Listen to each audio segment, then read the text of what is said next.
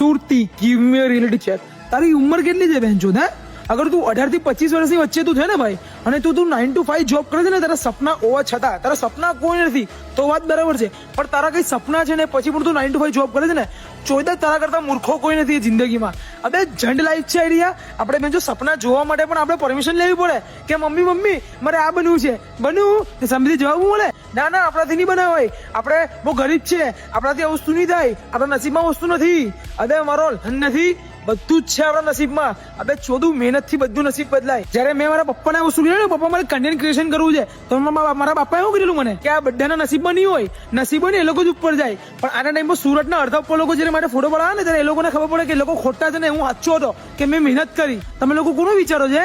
મારો મોલ્લો હું કે, મારું સમાજ હું કે, મારા દોસ્તારું કે, મારા મા બાપ હું કે, મારી ફેમિલી કે, લોકો હું કે બધા માં પડાવે છે.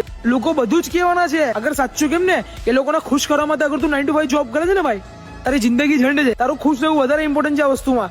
ભાઈ છોડ યાર બધાનું વિચારવાનું. ભાઈ તું પોતાનું વિચાર. અગર તું ખુશ નથી ને તો તારા કરતા ચૂતિયો કોઈ નથી. અને સપના જોવો છો ને ભેંચો તો એટલું કોન્ફિડન્સ રાખો કે પૂરા કરવાની તાકાત રાખો. મહેનત કરો તો નસીબ બદલાય.